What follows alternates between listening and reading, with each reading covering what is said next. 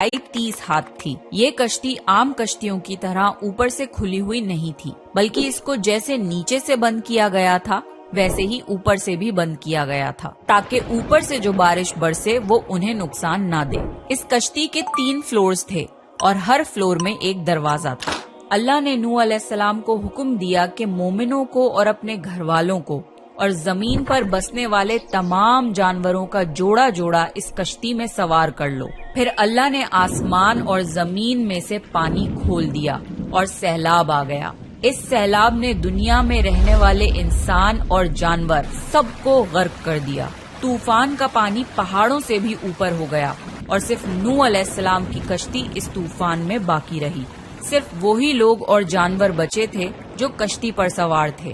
اتنے بڑے نبی ہونے کے باوجود نوح علیہ السلام کا بیٹا کشتی پر نہ آیا۔ نوح علیہ السلام نے اسے پکارا کہ میرے بیٹے